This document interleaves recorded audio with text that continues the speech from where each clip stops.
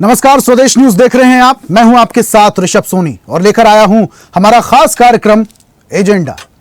America के राष्ट्रपति Donald Trump ने भारत पर टैरिफ लगा दिया है और इसके अलावा बम गिरा दिया है टैरिफ का। अब अमेरिकी बाजार में भारत के सामान लगभग दोगुनी कीमत पर बिकेंगे। एक रिपोर्ट के मुताबिक इस कदम से भारत को लगभग 5 लाख करोड़ रुपए का एक्सपोर्ट पर असर पड़ने वाला है। लेकिन अब सवाल यह है कि क्या ट्रंप का यह टैरिफ भारत की अर्थव्यवस्था के खिलाफ बड़ा झटका साबित होगा? क्या इससे कोई संकट आने वाला है या फिर यह भारत के लिए एक अवसर है? क्योंकि इस तरह की दादागिरी अमेरिका ने पहले भी दिखाई है और भारत को पहले भी अमेरिका को झुकाने की कोशिश महंगी भी पड़ी है। 1965 में लाल गेहूं रोकने की धमकी दी थी। उस समय भी भारत ने आत्मसम्मान चुना था। 1971 में भारत पर कूटनीतिक और सैन्य दबाव बनाने की कोशिश की थी। यहां तक कि नौसेना बेड़ा बंगाल की खाड़ी तक भेज दिया गया था। लेकिन तब भी भारत ना झुका था ना डरा था। 1974 में पोखरण परमाणु परीक्षण के बाद प्रतिबंध लगा दिए गए थे। तब भी भारत ना डरा था ना रुका था। भारत अब भी ना डरेगा ना झुकेगा। विशेषज्ञों के साथ आज इसी मुद्दे पर पड़ताल भी करेंगे, लेकिन उससे पहले देख लीजिए ये रिपोर्ट।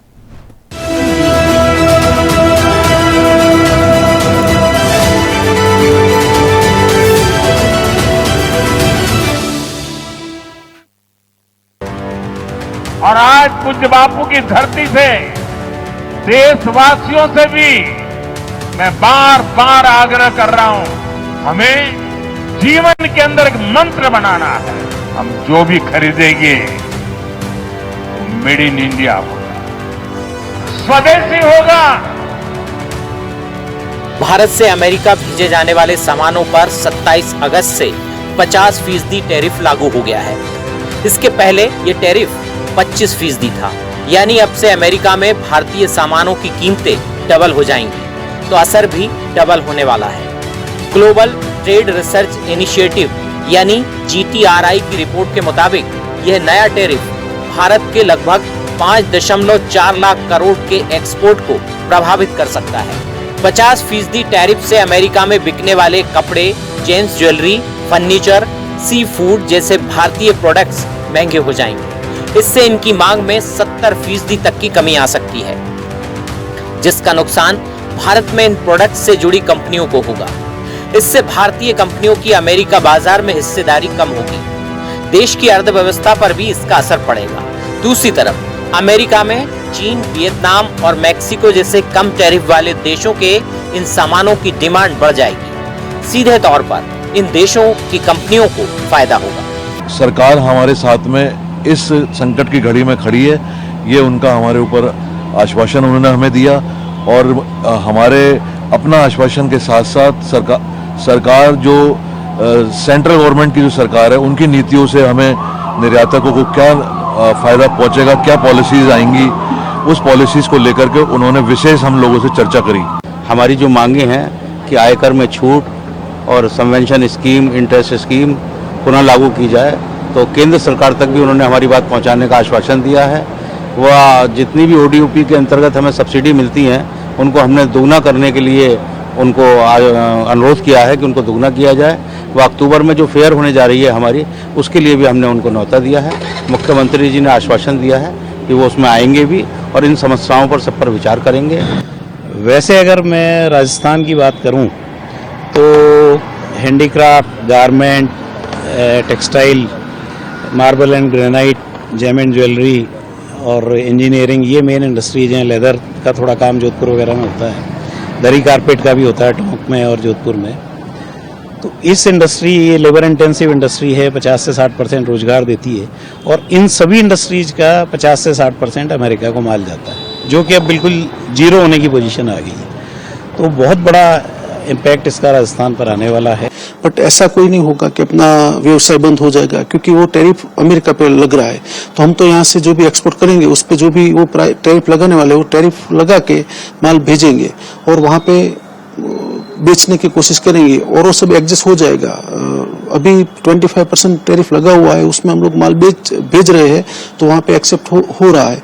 तो 50% के अंदर जब भी एक्सेप्ट कभी होगा, क्या होगा, वो थोड़ा टाइम लगेगा, बट एडजस्ट हो जाएगा। आइए अब जान लेते हैं कि ट्रंप के 50% टैरिफ से भारत के किस सेक्टर पर कितना असर पड़ेगा।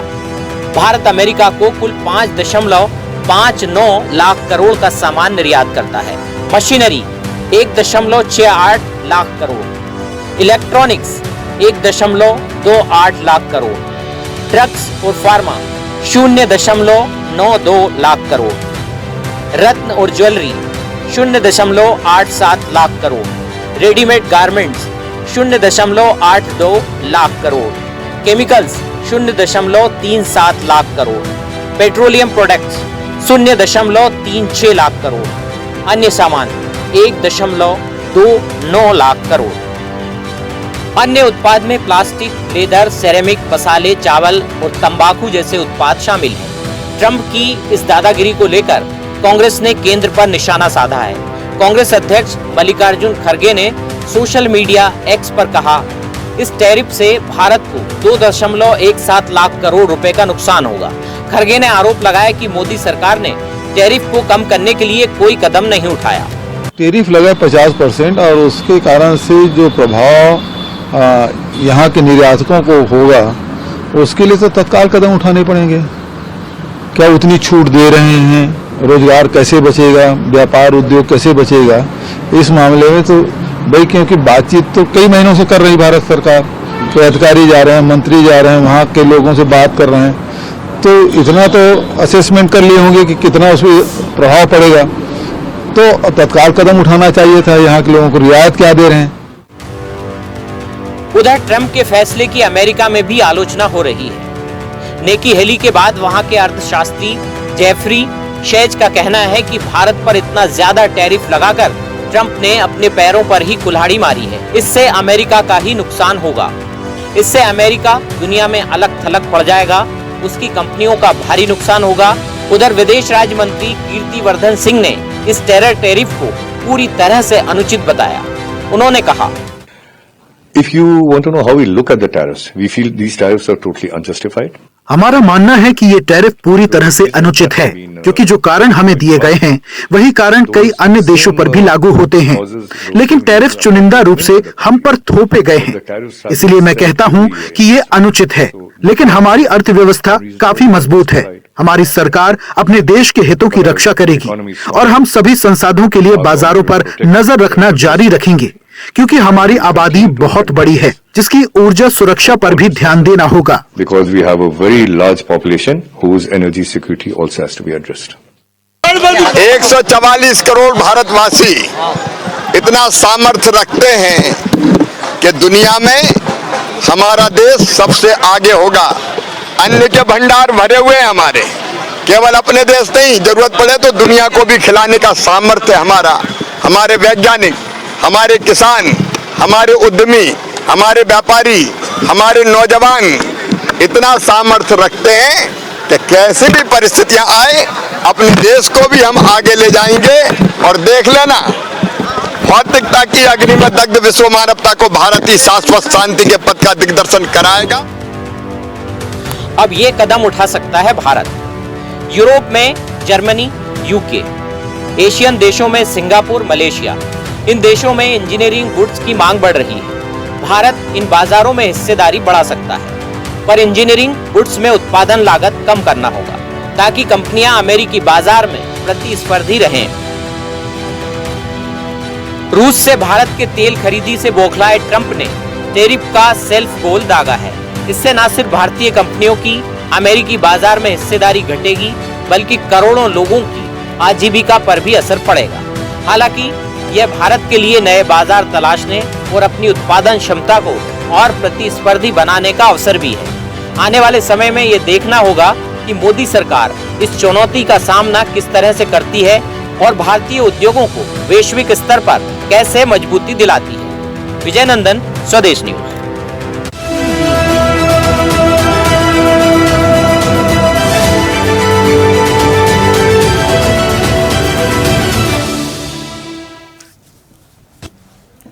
तो अमेरिका में राष्ट्रपति डोनाल्ड ट्रंप ने भारतीय सामान पर जो 50% का टैरिफ लगाया था, वो आज से अब लागू हो गया है। इसका असर भारत के व्यापार, भारत के निवेश, भारतीय कंपनियों पर होगा और इसका असर अमेरिका भी होगा। लेकिन अमेरिका और भारत पर कितना असर होगा, इसके राजनीतिक पैमाने क्या है, इन सब पर आज हम चर्चा करेंगे। हमारे साथ कुछ मेहमान जुड़ रहे हैं, उनका जल्दी से परिचय करवा देते हैं। बीजेपी नेता विवेक श्रीवास्तव हमारे साथ हैं। विवेक जी, बहुत स्वागत आपका। कांग्रेस का पक्ष रखने के लिए पवन डोगरे हमारे साथ हैं। पवन जी, आपका भी बहुत स्वागत। राजनीतिक विश्लेषक है सुमन भटनागर जी, बहुत स्वागत सर आपका। अर्थशास्त्री सोमनाथ शर्मा हमारे साथ हैं और इसी के साथ विदेश मामलों के जानकार हैं अजात शत्रु श्रीवास्तव। आप सभी मेहमानों का बहुत बहुत स्वागत। और इस चर्चा की शुरुआत ओमनाथ जी मैं आपसे ही करना चाहूंगा। 50% टैरिफ इतना कम भी नहीं है, पहले 25 की दम की और उसके बाद सीधा 50% टैरिफ आज से लागू कर दिया गया है। बहुत सारा सामान हिंदुस्तान से अमेरिका जाता है, इसका असर भी होगा, भारतीय कंपनियों पर भी होगा। कैसा असर होगा इसका? क्या इसी बहाने अब हम नए विकल्प को तलाशने की खोज की तरफ तेजी से आगे बढ़ेंगे? इसका क्या असर होगा सर? जब डोनाल्ड ट्रंप ने टैरिफ लगाया था इंडिया के ऊपर 25% और उसके बाद फिर दूसरा टैरिफ उन्होंने लगाया 25% और, तो ऐसे टोटल मिलाकर के 50% हुआ। वैसे मैं बताना चाहूंगा कि कोई भी बिजनेस अगर करता है तो 10 से 15% का उसका एक मार्जिन होता है। तो 25% टैरिफ जब लगा था तो उसके बाद ही हमारी एक्सपोर्ट जो अमेरिका को होते थे उसकी क्षमता में काफी कटौती हो गई थी। 25 के बाद वो 50% लगाएं, 25% लगाएं या 100 या 200% लगा दें, उसका कोई व्यवहारिक असर नहीं पड़ता। डोनाल्ड ट्रंप जो टैरिफ लगा रहे हैं बेसिकली वो डोनाल्ड ट्रंप टैरिफ ना होकर के एक ईगो का खेल है, जो अजात शत्रु जी बहुत बेहतर बता पाएंगे क्योंकि वो विदेशी मामलों के जानकार हैं। लेकिन ये जो टैरिफ अभी लगा है टेक्सटाइल, जेम्स एंड ज्वेलरी पे, तो निश्चित तौर पे भारत को इसका एक व्यापक तौर पे असर पड़ेगा। और जो आपने अभी बात कही उसका मैं आपको बताऊं कि भारत ने काउंटर ऑफेंसिव के तौर पे आउटरीच प्रोग्राम शुरू किया और उसमें 40 देशों से भारत की बातचीत Japan, south Korea, Mexico, Canada, Spain और फ्रांस के साथ शुरू हो चुकी है, जहां पे वो टेक्सटाइल सेक्टर जो हमारा सबसे ज्यादा अफेक्टेड है उसके लिए वो प्रयास करेंगे। तो ये चीजें शुरू हो चुकी है। बस मैं एक बात और आपको एक इंपॉर्टेंट इसमें बताना चाहूंगा कि भारत अगर ये टैरिफ के लिए, अगर आप देखेंगे कि ऑपरेशन सिंदूर के समय एक रूमर हुआ था कि डोनाल्ड ट्रंप ने उसको स्टॉप किया और नोबेल प्राइज से लेकर के सारी बातें हुई थी। डोनाल्ड ट्रंप ने जर्मन मीडिया की आज की न्यूज है कि उन्होंने 4 बार भारत के प्रधानमंत्री को कॉल करने की कोशिश करी थी और भारत के प्रधानमंत्री ने टेलीफोनिक कॉल को अवॉइड किया था। बेसिकली ये वही चिढ़ है और उसी का ये नतीजा है कि आज की डेट में डोनाल्ड ट्रंप इस बात को प्रूव करने के लिए और एक नैरेटिव फैलाने के लिए 4 बार अगर मोदी जी को लास्ट वीक में कॉल करते हैं। ये एक रिनाउंड, अगर आप सारे न्यूज़पेपर्स को कल की डेट में देखेंगे तो आपको ये न्यूज दिखाई देगी। वो फोन कर रहे हैं और वो उस विषय पे बात करना चाहते हैं और उसी के काउंटर में आज उन्होंने 6 लाख चाइनीज लोगों को, स्टूडेंट्स को वीजा देने के विषय में बात करी है। कहने का मतलब डोनाल्ड ट्रंप अपनी बात पे अडिग नहीं है। निश्चित तौर पे भारत को इसका असर पड़ेगा, लेकिन भारत उससे लड़ने के लिए सक्षम है। ये तो कई बार देखा गया है सर ओमनाथ जी की ट्रंप जो है अपने बयान से पलट भी जाते हैं, एक नहीं कई बार पलट जाते हैं। मीडिया के सामने कुछ और कहते हैं और उसके बाद एक्स पर पोस्ट कुछ और कर देते हैं। अलग अलग तरीके से ट्रंप का अलग अलग रूप देखने को मिलता है। लेकिन सर ये भी सुन रहे हैं कि इस टैरिफ को लगने के बाद भारतीय कंपनियों पर असर होगा, नौकरियां जा सकती हैं। निश्चित तौर पे टेक्सटाइल पे एक व्यापक असर होगा, जेम्स एंड ज्वेलरी पे व्यापक असर होगा। सूरत, त्रिचूर और पानीपत की इंडस्ट्रीज में असर दिखाई देने लगा है। टेक्सटाइल सबसे ज्यादा रोजगार देने वाला भारत का एक व्यापार है, असर पड़ेगा। लेकिन भारत एक बहुत विशाल देश है, आपको ये बात समझनी पड़ेगी कि 140 करोड़ की जनसंख्या है और विश्व में 700 करोड़ की जनसंख्या है। अमेरिका उसमें 30 करोड़ की जनसंख्या का भागीदार है। भारत पहले बहुत कुछ डिपेंडेंट था अमेरिका में। ये जब संघर्ष का समय आता है, एक विपदा आती है, तभी आपके नेत्र खुलते हैं और तभी आप अन्य विकल्प की तरफ तलाश करते हैं। जो मैंने आपको बताया कि कल आप देखेंगे कि काउंटर ऑफेंसिव के तौर पे भारत ने आउटरीच के तौर पे 40 कंट्रीज को अप्रोच करना शुरू किया और टेक्सटाइल के एक्सपोर्ट्स निश्चित तौर पे वहां पे, हम जहां पे अभी ध्यान नहीं देते थे वहां पे शुरू होंगे।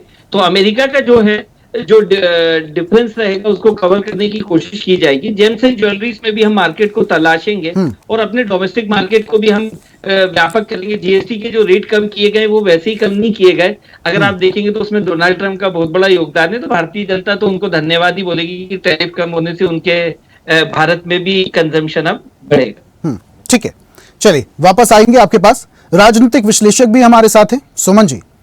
सुमन जी, पूरी बात आप सुन रहे थे अर्थशास्त्री ओमनाथ जी का, लेकिन इससे फर्क तो पड़ेगा। क्या फर्क पड़ने वाला है इससे? और इसके अलावा आपसे यह बात भी समझना चाह रहे हैं कि पहले शुरू में हमने देखा कैंपेन चलाया गया, डोनाल्ड ट्रंप और प्रधानमंत्री नरेंद्र मोदी की दोस्ती के किस्से सोशल मीडिया में बहुत ज्यादा वायरल हो रहे थे। दोनों हाथ में हाथ डाले हुए एक दूसरे से बातचीत करते हुए सोशल मीडिया में काफी ज्यादा ट्रेंड कर रहे थे। लेकिन अचानक से अमेरिका के सुर बदल गए। इसके पीछे मुख्य क्या वजह हो सकती है सर? देखो, ऐसा है कि ट्रंप लगता है कि गुंडागर्दी और दादागिरी पे उतर आया है। वो जिस तरह से उसका बर्ताव हो रहा है देश के साथ हमारे, केवल ये टैरिफ ही नहीं, अगर आप देखेंगे जो हिंदुस्तान से बच्चे बाहर की यूनिवर्सिटी में जो एडमिशन हो गई थी, उनको भी इस बार अमेरिकन एम्बेसी ने वीजा नहीं दिया है।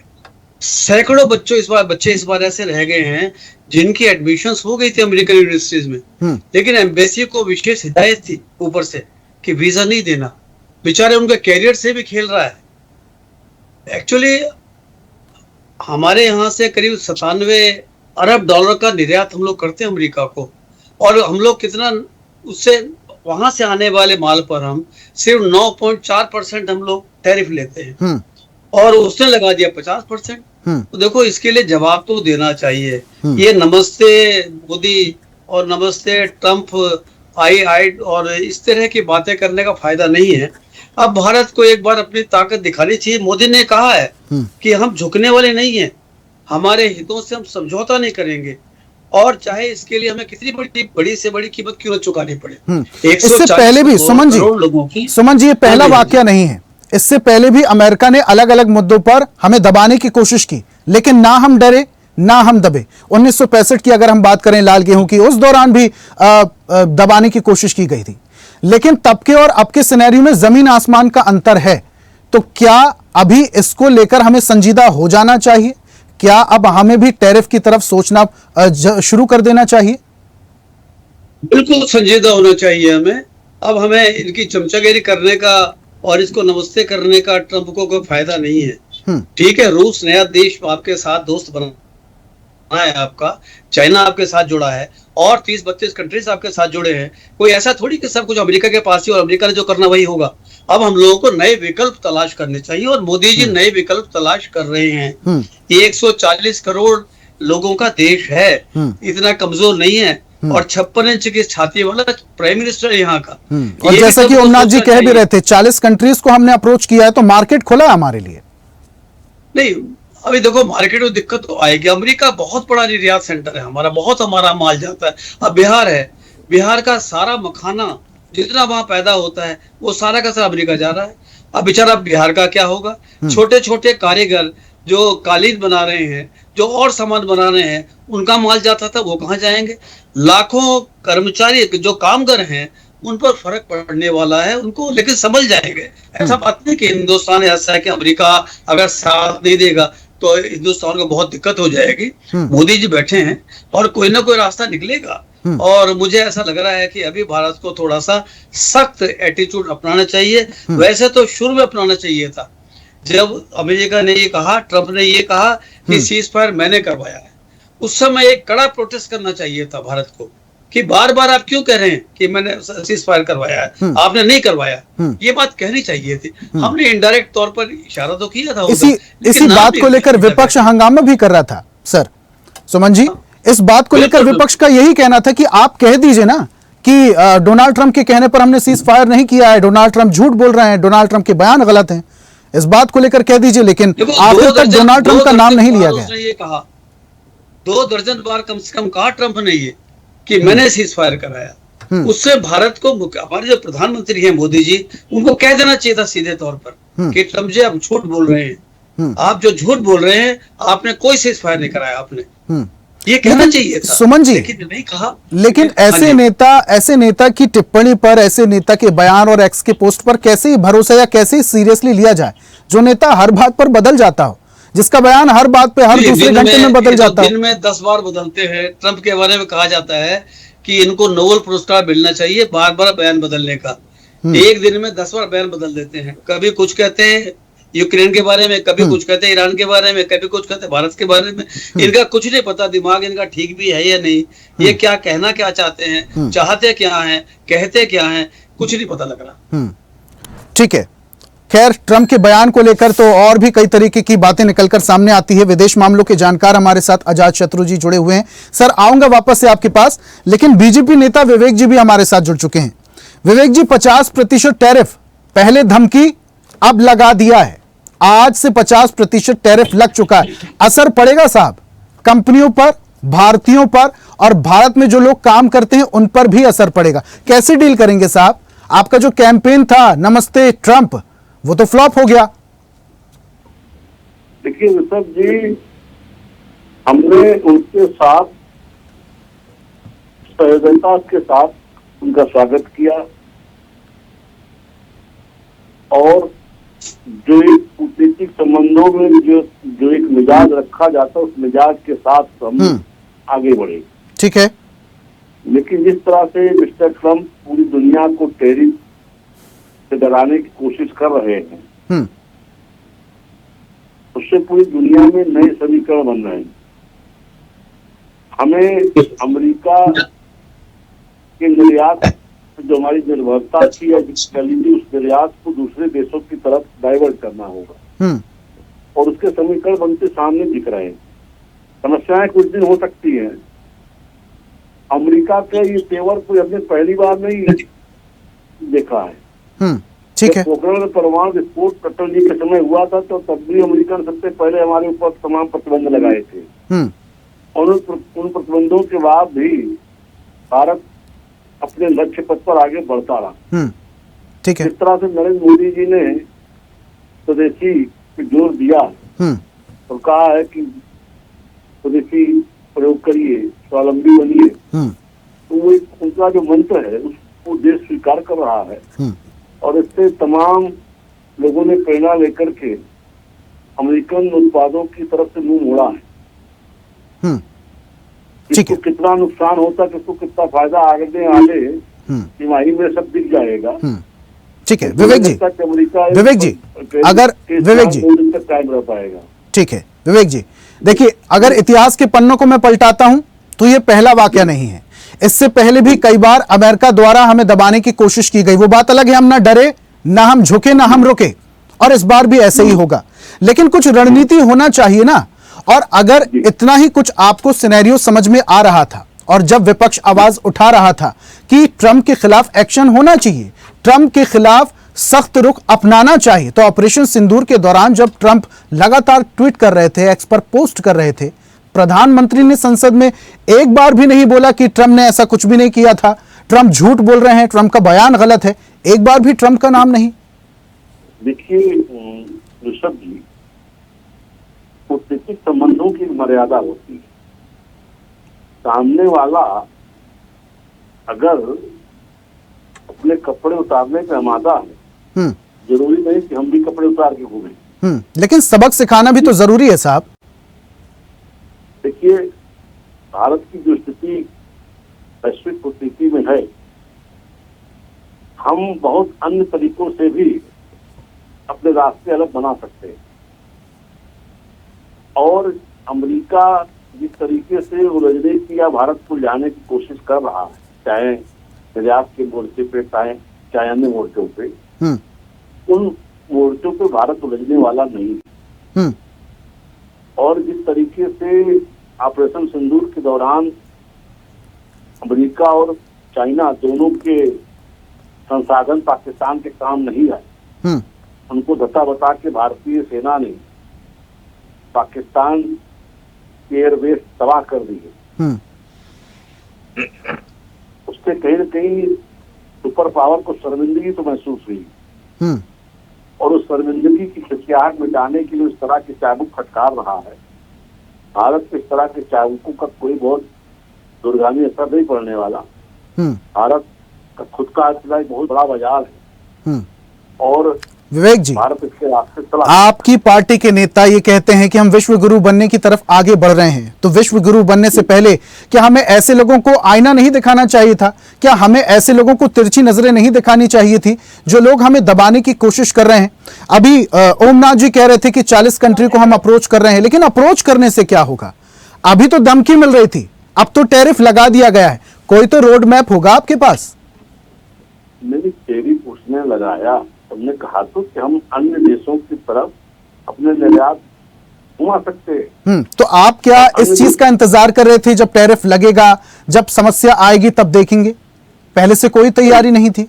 ऐसा कोई इंतजार सरकार के स्तर पर नहीं था। सरकार इसके रणनीतिक पहले से व्यवस्था तैयार कर रही थी।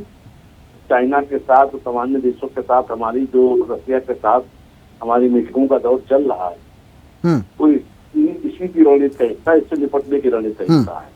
और हम वैश्विक कूटनीति में अपने निर्यात को अन्य देशों की तरफ मोड़ करके इस समस्या से भी उबर लेंगे।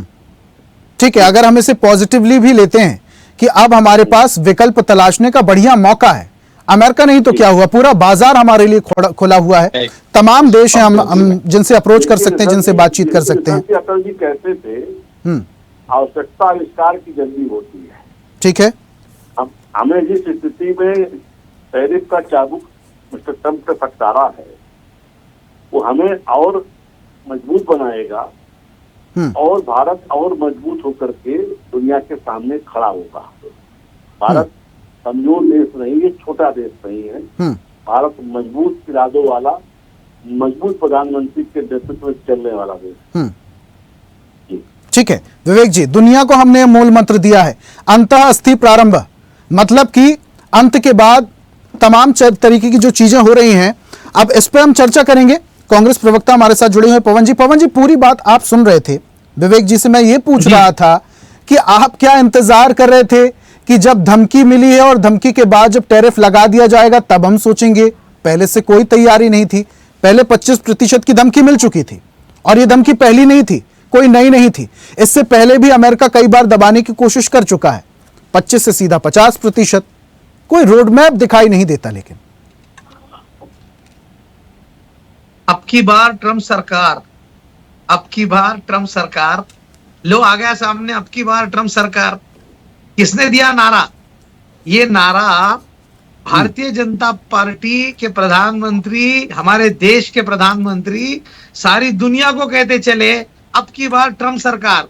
क्या किया ट्रंप सरकार? मेरे मित्र डोनाल्ड ट्रंप, अरे भाई आपके मित्र डोनाल्ड ट्रंप ने 35 बार नेशनल स्टेजेस से, इंटरनेशनल स्टेजेस से कहा है कि मैंने इंडिया के प्रधानमंत्री को बोला है कि 24 आवर्स के अंदर जो आपने युद्ध कर ये किया है उसको आप सीज फायर कर दो, और 6 घंटे के अंदर हमारे 56 इंच के छाती वाले प्रधानमंत्री नरेंद्र भाई दामोदर जी मोदी, इन्होंने सीज फायर कर दिया।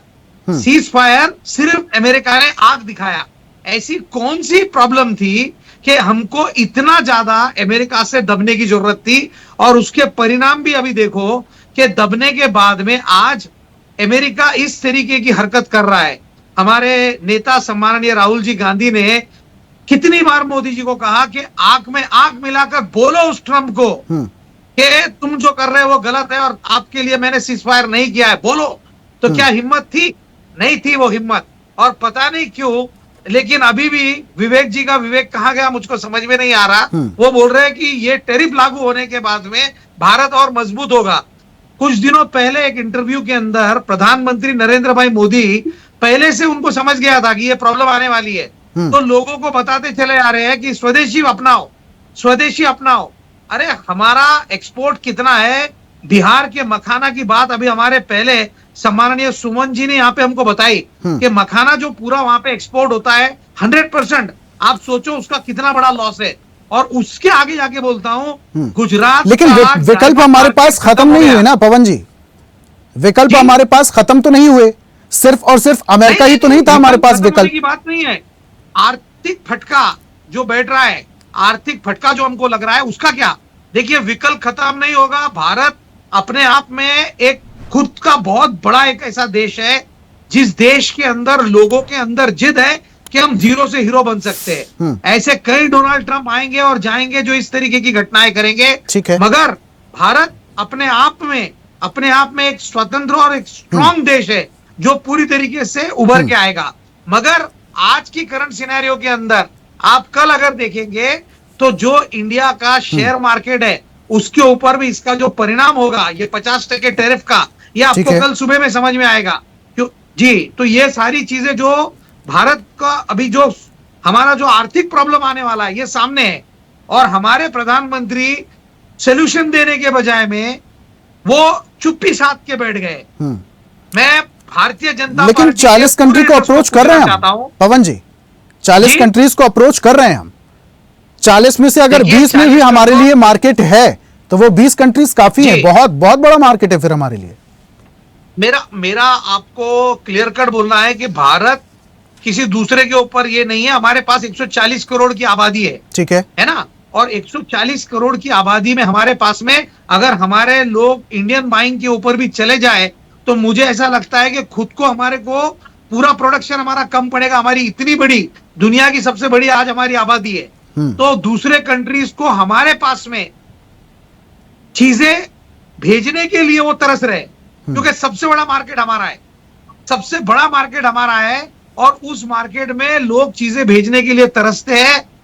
प्रधानमंत्री जी ने अगर ठीक से पॉलिसीज बनाई, प्रधानमंत्री के जो कोई सलाहकार है, जिस तरीके के भारत में मनमोहन सिंह जी थे, जिस तरीके से मोंटेक सिंह आलूवालिया थे, इन लोगों ने देश को आगे लाया था, उतनी ही ताकत प्रधानमंत्री ने अगर लगाए तो आज भारत सुफलाम सुफलाम होगा और सारे जहां से अच्छा हिंदुस्तान हमारा होगा। अनफॉर्चुनेटली तो सारे जहां से अच्छा हिंदुस्तान हमारा है ही पवन जी, इसमें कोई दोहमत की बात नहीं है। और ऐसी समस्याएं तो आती जाती रहती है साहब, इसका हल भी बहुत जल्दी निकाल लिया जाएगा, इतनी जल्दी मोरल डाउन नहीं करते। मैं बताता हूं, इंडिया कभी भी पीछे नहीं रहेगा। इंडियंस की ताकत बहुत ज्यादा है, विपक्ष भी बहुत स्ट्रांग है, हर भारतीय अपने आप में बहुत मजबूत है, और हमें डोनाल्ड ट्रंप की धमकियों से ना हम डरेंगे ना हम उससे झुकेंगे, मगर फॉरेन पॉलिसीज भी बहुत इंपॉर्टेंट होती है। अगर हम अपने आप को वर्ल्ड का लीडर बनाना चाहते हैं तो हमको इन सारी चीजों को देखना पड़ेगा, और ये देखने के लिए हमको कंपलसरी नीति बनानी पड़ेगी।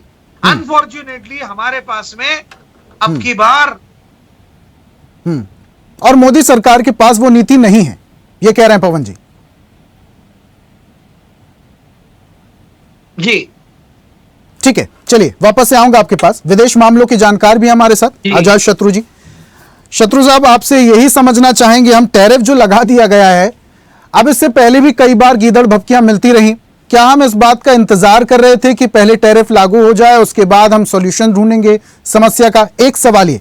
दूसरा, आपसे मैं ये भी समझना चाहूंगा कि चाइना पर भी टैरिफ नहीं लगाया अमेरिका ने, और अगर टैरिफ की हम आंकड़ों की अगर बात करते हैं तो चाइना सबसे ज्यादा रशिया से जो क्रूड ऑयल है, जो तेल लेता है, सबसे ज्यादा चाइना लेता है। हम ले रहे हैं, इस बात की समस्या ट्रंप को है। क्या ये जिद है या फिर चाइना से डरता है अमेरिका और ट्रंप? देखिए, मैं उसके पहले एक छोटा सा पृष्ठभूमि बताना चाहूंगा जी। एक तो अंतर्राष्ट्रीय संबंधों में कोई चीज स्थायी नहीं होती है, ठीक है, बहुत सही। जो बहुत दोस्त होते हैं वो कभी भी अपने हितों के विपरीत हितों को देखते हुए दुश्मन हो जाते हैं, और जो दुश्मन होते हैं वो हितों को देखते हुए दोस्त हो जाते हैं। और फिर तो वैसे भी ये बहुत व्यापारिक देश है। 1945 में जापान में 1945 में अमेरिका ने जापान में 2 एटम बम गिराए, और बाद में वही अमेरिका जापान इतने दोस्त हो गए। अमेरिका चीन का 69 से जो दोस्ती बढ़ी, चाइना की सारी इंडस्ट्री, चाइना का सारा बिजनेस अमेरिका ने खड़ा किया। आज चाइना और अमेरिका बिल्कुल दुश्मनी के कगार पे खड़े हुए। बिल्कुल। तो अंतर्राष्ट्रीय संबंधों में कुछ स्थायी नहीं होता, हर देश के अपने हित होते हैं। जहां तक भारत और अमेरिका की बात करें, भारत के आजाद हुए 78 साल हो चुके हैं। इसमें पिछले 20 साल जॉर्ज बुश के जूनियर के समय से लेके 2025 तक ही भारत और अमेरिका के संबंध अच्छे रहे। जब आजादी के बाद में भारत अमेरिका के लॉबी में नहीं गया, तो अमेरिका ने पाकिस्तान के साथ में 1953 में एक सेंटो ट्रीटी करके और भारत के विरुद्ध एक माहौल बनाना शुरू कर दिया। आपको जान के आश्चर्य होगा कि 1962 के जब भारत चीन युद्ध हुआ, उसमें एक स्टोरी ये आती है कि अमेरिका और यूएसएसआर क्यूबा के डिस्प्यूट में फंसे हुए थे, तो अमेरिका ने चाइना के साथ में ये एग्रीमेंट किया था कि वो क्यूबा डिस्प्यूट में नहीं बोलेगा। तब चाइना ने उसके एवज में चाहा था कि वो भारत में युद्ध कर रहा है तो अमेरिका इंटरफियर नहीं करेगा। अमेरिका ने इंटरफियर नहीं किया। 65 में अमेरिका ने भारत का साथ नहीं दिया। 71 में अमेरिका ने भारत का साथ नहीं दिया। 74 में जब हमने न्यूक्लियर बम एक्सप्लोड किया तब ढेर सारी सैंक्शन लगा दी। 89 में जब जॉर्ज बुश सीनियर थे तब उन्होंने ढेर सारा टैरिफ का रिस्ट्रिक्शन लगाई थी और 1 साल तक अमेरिका और भारत के बीच में कोई बिजनेस नहीं हुआ। 98 में जब भारत ने एटम बम फिर से एक्सप्लोड किया तब फिर से सैंक्शन लगा दी। अमेरिका भारत को कभी एडवांस टेक्नोलॉजी देने के लिए तैयार नहीं होता, इसलिए भारत को ज्यादातर रूस पे जाना पड़ा या फ्रांस के साथ में जाना पड़ा। क्रायोनिक इंजन को अमेरिका ने उसके टेक्नोलॉजी भारत को नहीं दी, लेकिन भारत ने फिर अपना खुद ही डेवलप किया। लेकिन 2006 के बाद में एक अमेरिका में लॉबी आई थी जो ये समझती थी कि चीन को रिस्ट्रिक्ट करने के लिए क्वाड डिप्लोमेसी डेवलप की जाए, यूके, यूएसए, जापान और इंडिया के साथ में, और ऑस्ट्रेलिया उसमें था इंडो पैसिफिक ओशन के लिए। लेकिन अब वो जो डोनाल्ड ट्रम्प की जो थिंक टैंक है वो एक थिंक टैंक 2021 में डेवलप हुआ, America first policy institute AFPI, जो अभी ट्रम्प की जितनी पॉलिसी चल रही है वो सारी की सारी AFPI के रिसर्च पेपर्स पर बेस्ड है। उनका यह मानना है कि अमेरिका दूसरे कंट्री से जो सामान इंपोर्ट कर रहा है उसमें बहुत कम टैरिफ है और दूसरे देश अमेरिकन सामान को जब इंपोर्ट करते हैं तो हाई टैरिफ लगाते हैं। इसलिए जैसे ट्रम्प बना तो उसने रेसिप्रोकल टैरिफ की बात की, लेकिन उसके बाद में जो ये रूस वाला जो इशू आया है ये बहुत स्पष्ट है कि ये सिर्फ एक बहाना है इंडिया के साथ में। उसके दूसरे इश्यूज जो हैं वो बहुत ज्यादा क्रिटिकल हो चुके हैं और आज की तारीख में अमेरिका की जो AFPI की लॉबी है और जो ट्रम्प का थिंक टैंक है वो सारा का सारा एंटी भारत है और उनको जो भारत से चिंता है वो बहुत सारी चीजों पे है। उसमें एक UPI के लिए भी है कि जिसमें UPI का 16 देशों में एग्रीमेंट होने जा रहा है, तो अमेरिका के डॉलर के बिजनेस को लेके उसको बहुत ज्यादा चिंता है कि ये डॉलर के बिजनेस को भारत के द्वारा चुनौती हो सकती है। ब्रिक्स से अमेरिकन डॉलर को चुनौती हो सकती है।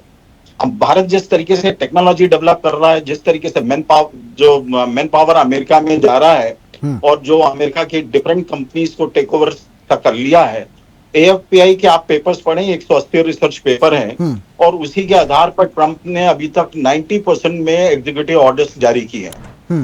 ये सारे एग्जीक्यूटिव ऑर्डर्स का जो ड्राफ्ट है AFPI जारी बनाता है। मुझे तो लगता है कि ट्रम्प उसको पढ़ते भी नहीं और साइन कर देते हैं, क्योंकि वो दिन भर तो टीवी में बैठे रहते हैं, वो पढ़े कब और बनाए कब। तो अभी जो अमेरिका का थिंक टैंक है वो भारत के साथ में एक और उनको चुनौती है, वो है भारत का सॉफ्ट पावर। पूरे यूरोप में, अमेरिका में, यूरोप, अफ्रीका में भारत का सॉफ्ट पावर बहुत तेजी से स्प्रेड हो रहा है। उसके कारण अमेरिका के जो इंटेलिजेंसिया है उसको प्रॉब्लम हो रही है। यदि आपने पिछले कई राष्ट्रपतियों के भाषण पढ़े होंगे, सुने होंगे, जिसमें इवन बराक ओबामा भी थे और जॉर्ज बुश भी थे, बिल क्लिंटन भी थे, जो कहते थे अपने बच्चों को, अमेरिका के बच्चों को, कि मैथमेटिक्स और साइंस पढ़ो, नहीं तो भारत के लोग आके सारी नौकरी ले जाएंगे। ये उनको चिंता है, जिसके कारण वो वीजा पॉलिसी से लेके हर चीज में भारत के विरुद्ध में जा चुके हैं। हमको अब ये समझ लेना चाहिए कि हमको अपने इंटरेस्ट यदि बचाना है, हमको आगे बढ़ना है, तो हमको उस हिसाब से अपनी स्ट्रेटेजी बनानी पड़ेगी। एक स्ट्रेटेजी बनाने में, उसका रिजल्ट आने में कोई 2-4 दिन की बात नहीं है, लंबा वक्त लगता है। सालों में कोई देश तैयार खड़ा होता है और उसके लिए जो फर्स्ट स्टेप भारत सरकार ने उठाया है, तो इसके लिए रोड मैप होना बहुत ज्यादा जरूरी था। आजाद शत्रु जी, इसके लिए मैं प्लीज अपनी पूरी बात कह लूं जी। उसका जो रोड मैप है वो वोकल फॉर लोकल का है, जो प्रधानमंत्री जी ने पिछले समय से लगातार कह रहे थे और कल के भाषण में तो बहुत उन्होंने स्पष्ट रूप से बोल दिया। दूसरी चीज जो है वो दूसरे देशों में, अभी हमें पूर्व वक्ता ने बताया कि भारत 40 से अधिक देशों को इंटरेक्ट कर चुका है, अप्रोच कर चुका है, जिसमें हम बिजनेस डाइवर्सिफाई करें। अमेरिका के साथ में हमारा करीब $50 बिलियन के करीब का बिजनेस अफेक्टेड होगा न्यू टैरिफ पॉलिसी में। इसको भारत का जो ओवरऑल इकोनॉमी है $4 ट्रिलियन की है और इसमें एक्सपोर्ट हमारा लगभग $780 बिलियन के करीब का होता है। इसमें $50 बिलियन के करीब का अमेरिका के साथ में अफेक्टेड है। एक बड़ी संख्या है, इसमें कुछ फैक्ट्रीज में, कुछ रोजगार में जरूर अफेक्ट आएगा। लेकिन भारत की जो लोकल मार्केट है उसमें जो मिडिल क्लास है वो लगभग उतना ही बड़ा है। लास्ट जो एक असेसमेंट था कि 20 करोड़ के करीब मिडिल क्लास है। अमेरिका के टोटल पॉपुलेशन ही 30 करोड़ के आसपास है और उसमें भी वहां पे बहुत बड़े गरीब संख्या में है। तो भारत का मार्केट, भारत का कंजम्पशन अपने आप में बहुत बड़ा है। यहाँ पर टोटल जो मैन्युफैक्चरिंग है वो भारत में उसका कंजम्पशन का स्कोप है और ये स्ट्रेटेजी के रिजल्ट को एक समय लगता है एस्टेब्लिश होने में। ये ऐसा एक दिन या 2 दिन या एक सप्ताह में हम सोचें, 1 महीने में सोचें तो पॉसिबल नहीं है। उस रोड मैप बन चुके हैं, उस रोड मैप पे कार्रवाई हो रही है। अभी पूर्व में भी बताया जिस तरीके से जीएसटी को घटाया गया, सारे के सारे उसी रोड मैप के पार्ट है। अभी आज के पेपर में है, आज की मीडिया में भी है कि भारत में बहुत सारे रिफॉर्म्स होने जा रहे हैं, बहुत सारे रिलैक्सेशन होने जा रहे हैं। तो वो सारे के सारे उस रोड मैप के अंग हैं। भारत के लिए ये चुनौती है अमेरिका का टैरिफ, लेकिन हमारे लिए अवसर भी है। और हमको यदि अपनी को $10 ट्रिलियन में जाना है और अपनी इकोनॉमी को बढ़ाना है तो हमको बाहर के ऑल्टरनेट मार्केट डेवलप करने हैं और अपना लोकल कंजम्पशन बढ़ाना है। जैसे जैसे पर कैपिटा इनकम बढ़ेगी तो वैसे वैसे आज $2500 के करीब पर कैपिटा इनकम है, ये जैसे इंप्रूव होगी तो वह भारत के लिए एक जो कंजम्पशन है वो लोकल मार्केट में ही बढ़ेगा। एक दूसरा आपका प्रश्न था चीन के संदर्भ में जी।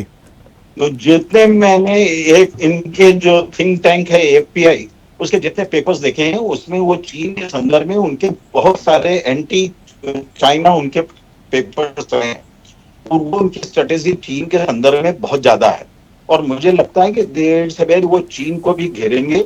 अभी आज की तारीख में चूंकि उनको मैग्नेट एंड चिप्स सेमीकंडक्टर्स का इशू है, रेयर अर्थ मिनरल एलिमेंट्स का प्रॉब्लम है और जो चाइना ने एकदम से उनका नल बंद कर दिया था कि हम आपके यहाँ एक्सपोर्ट नहीं करेंगे, तो अमेरिका की जो इलेक्ट्रॉनिक इंडस्ट्री है, ऑटोमोबाइल इंडस्ट्री है, उन सब में एकदम से ताले बंद होने की स्थिति आ गई थी। इसलिए उन्होंने थोड़ा सा उसको ब्रीदिंग पीरियड लिया है कि अपने यहाँ पे इन हाउस डेवलप कर दें, तो वो चीन के साथ में भी करेंगे।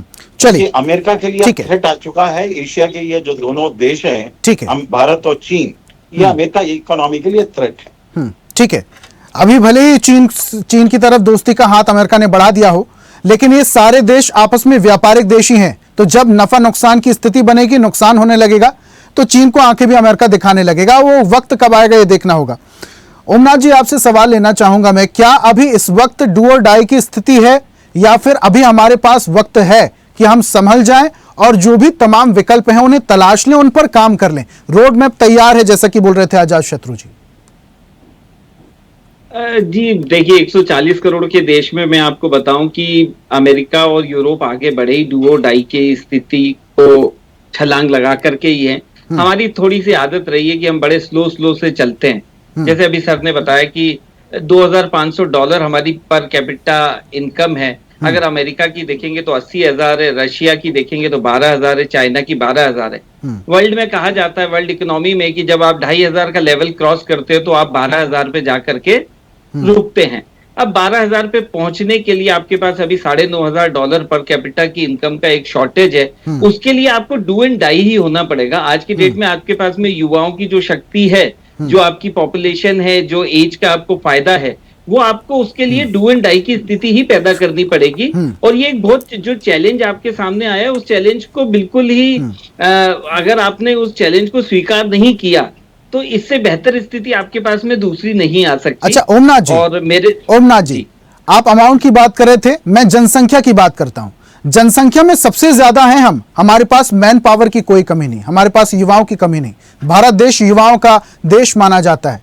तो क्या अपनी जीडीपी को बढ़ाने के लिए हम युवाओं का सही इस्तेमाल नहीं कर पा रहे हैं? क्या सरकार सही पॉलिसी नहीं ला पा रही है? सही तरीके से हम ट्रेड या व्यापार नहीं कर पा रहे हैं? देखिए, अगर $2,500 पे आप 78 साल के स्वतंत्रता के बाद अगर बैठे हुए हैं तो मेरे ख्याल से मुझे बोलने की आवश्यकता नहीं है। आंकड़े अपने आप में, पर सर मैं आपसे सुनना चाहूंगा हैं ओमनाथ जी। लेकिन चाइना ने भी, आजाद शत्रु जी ज्यादा बेहतर बताएंगे, चाइना ने भी इसी समय पे आजादी को पाया था उसी समय पे हमने भी आजादी को पाया था, और उस समय हमारी पर कैपिटा जीडीपी दोनों की सेम थी। आज हम में और चाइना में 7 गुना 6 गुना का अंतर है। तो इसका मतलब ये है कि कहीं ना कोई कमियां रही होंगी, और आगे कमियों को ठीक करने का बहुत बेहतर समय है। चाइना की पॉपुलेशन ओल्ड एज हो चुकी है, रशिया की पॉपुलेशन ओल्ड एज हो चुकी है, यूरोप तो पूरा बुढ़ा चुका है, अमेरिका क्या कर रहा है वो सबके सामने है। भारत के पास ये गोल्डन अपॉर्चुनिटी है, किसी की तरफ ना देख करके। जब ये अभी डिस्कशन चल रहा था, मैं उस पॉइंट पे अपने विचार रखना चाहूंगा कि अगर मोदी जी ने उन्हें रिप्लाई नहीं किया आज की डेट में, तो मेरे ख्याल से ये सॉफ्ट डिप्लोमेसी है, हर बातें बोल के नहीं होती। अगर 4 फोन कॉल वो अवॉइड कर रहे हैं तो उसमें भी कहीं ना कहीं डिप्लोमेसी है। लेकिन अब डिफेंसिव खेलने का समय नहीं है। ये 5 डे का मैच नहीं बचा, 1 डे का भी नहीं बचा, ये T20 एग्रेसिव मोड में आने की जरूरत है।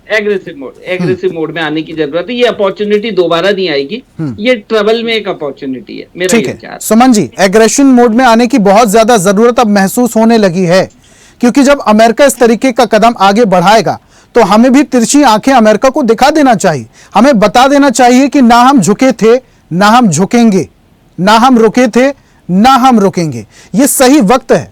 और अगर हम पूरी दुनिया की तमाम देशों के सिनेरियो की अगर हम बात करें तो यह बेहतर मौका है अपॉर्चुनिटी ग्रैब करने का। सुमन जी,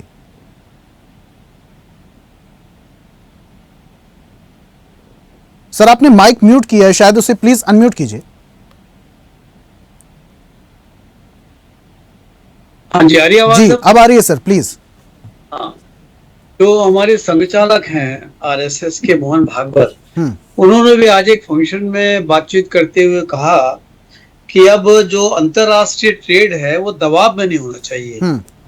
ये एक्चुअली संकेत दिया उन्होंने एक बीजेपी सरकार को कि अब ज्यादा दबकर काम नहीं चलने वाला ट्रम्प के आगे। अब तो एक बार एग्रेसिव होना पड़ेगा, और एग्रेसिव होने के लिए जरूरी नहीं कि आप कोई लड़ाई लड़े उससे, आप व्यापारिक तरीके से लड़ाई लड़ लो उससे। क्यों लड़ाई लड़ते? आप टैरिफ बढ़ाओ उसका, एक बार 9.4 से उठा के 25 तक ले जाओ, देखो कैसे चीखता है वो। तो ये तो अब समय आ गया है कि भारत को एग्रेसिव होना पड़ेगा, नए दोस्तों की तलाश करनी पड़ेगी, नया बाजार तलाश करना पड़ेगा। अब ये मेरा ख्याल डिपेंड नहीं करना चाहिए, क्योंकि जिस तरह का व्यवहार ट्रंप साहब का भारत के साथ है, या पाकिस्तान के प्रति सॉफ्ट कॉर्नर उनका बनता जा रहा है।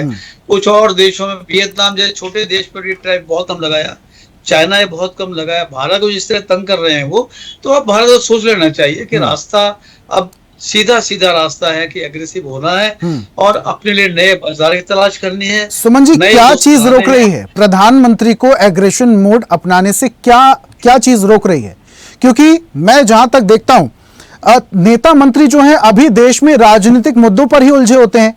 हमें विदेश का भी बेहतरीन तरीके से नॉलेज होना चाहिए, हमारी विदेश नीति इतनी स्ट्रांग होना चाहिए कि हमें अगर अचानक से कोई संकट आ जा रहा है तो तुरंत फौरन हम उसका निपटारा कर सकें।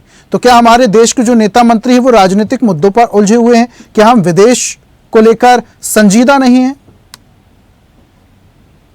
संजीदा तो हैं। जिस तरह से देखो, प्रधानमंत्री दर्जनों देश के दौरा कर रहे हैं, मिल रहे हैं, संबंध बना रहे हैं, संजीदा तो है।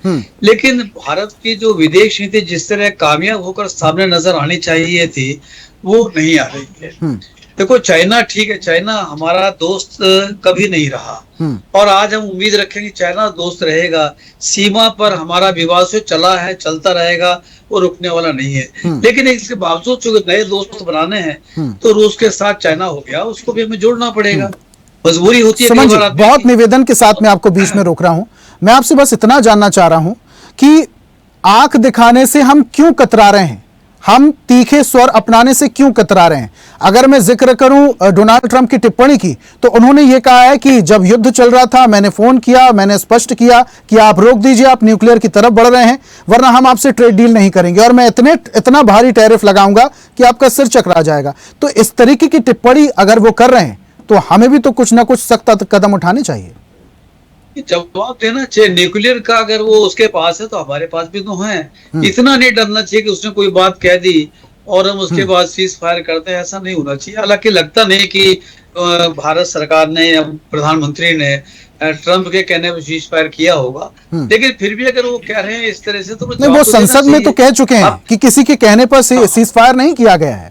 वो तो स्पष्ट कर चुके हैं। लेकिन विपक्ष इस बात को मुद्दा बना रहा है कि ट्रंप का नाम क्यों नहीं लिया गया। ट्रंप का नाम लेकर आपको कहना चाहिए था, सीधा हमला करना चाहिए। जिस तरीके से ट्रंप सीधा हमला कर रहे हैं उसी तरीके से प्रधानमंत्री मोदी जी को भी सीधा हमला करना चाहिए था। ठीक है, बिल्कुल सीधा हमला। ज्यादा वक्त अब नहीं बचा है मेरे पास सर, ज्यादा वक्त नहीं बचा है, जल्दी जल्दी से प्रतिक्रिया लेते हैं। विवेक जी, आपके पास कोई रोड मैप नहीं है और ना ही प्रधानमंत्री मोदी ट्रंप को तिरछी आंख दिखा पाए। डोनाल्ड ट्रंप तो सीधा सीधा नाम लेकर कह दे रहे हैं मैंने रुकवाया था युद्ध। प्रधानमंत्री मोदी जी भी कह दें, भारी टैरिफ ठोक दें, क्या अब आपकी तरफ से भी, सरकार की तरफ से बड़ा टैरिफ ठोका जाएगा अमेरिका के प्रोडक्ट पर? देखिए ऋषभ जी, भारत सरकार अपनी रणनीति तय कर चुकी है, उस पर आगे बढ़ रही है। राहुल जी जिस तरह से डाक फाइट में भारत के प्रधानमंत्री को ट्रंप से उलझाना चाहते हैं, वो भारत के कूटनीतिक लिहाज से ठीक नहीं है। हमें क्या करना है, ये हमारी विदेश नीति बहुत स्पष्ट है और उस दिशा में विदेश मंत्री और प्रधानमंत्री ने कदम पहले बढ़ा लिए, पहले से इससे काम। विवेक जी, आपकी विदेश नीति अगर इतनी स्ट्रांग होती और इतनी क्लियर होती तो ये स्थिति जो अभी बन रही है शायद ये ना बनती। आखिरी कमेंट पवन जी से। पवन जी, ठीक है विवेक जी, माफ कीजिएगा, मैं बहुत निवेदन से रोक रहा हूं आपको, ज्यादा समय मेरे पास नहीं है। पवन जी जल्दी से लास्ट कमेंट। लास्ट मेरा कमेंट होगा, 56 इंच की छाती से 50% के टैरिफ पे आ जाओ, ताकि सामने वाले ने जिस तरीके पे अपने टैरिफ को लादा है हम पे और जैसे हमको दबाने की कोशिश किया है, तो अब हमारी जो 56 इंच की छाती है उसको 50% के टैरिफ पे लाना ये इंपॉर्टेंट है, तभी वो शांत रहेगा। और अगली बार मेहरबानी करके मत बोलो कि अब की बार ट्रंप सरकार। ठीक है सर, बहुत बहुत शुक्रिया हमारे साथ जुड़ने के लिए। विवेक जी, पवन जी, सुमन जी, ओमनाथ जी और इसी के साथ आजाद शत्रु जी, आप सभी मेहमानों का हमारे साथ जुड़ने के लिए बहुत बहुत शुक्रिया। चर्चा में शामिल होने के लिए, अपने तर्क रखने के लिए बहुत बहुत शुक्रिया। आज हम बात कर रहे थे टैरिफ की, वो टैरिफ जो अमेरिका ने भारत के सामान पर लगा दिया, 50% का टैरिफ।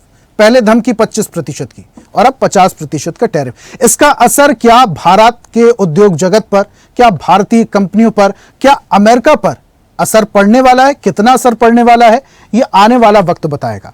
आज की खास पेशकश में फिलहाल इतना ही। देखते रहिए स्वदेश न्यूज, सबसे पहले देश। और ऐसी ताजा खबरों के लिए लाइक, फॉलो और यूट्यूब पर सब्सक्राइब कर बेल आइकन जरूर दबाइए और हर अपडेट के लिए विजिट कीजिए स्वदेशलाइव.com।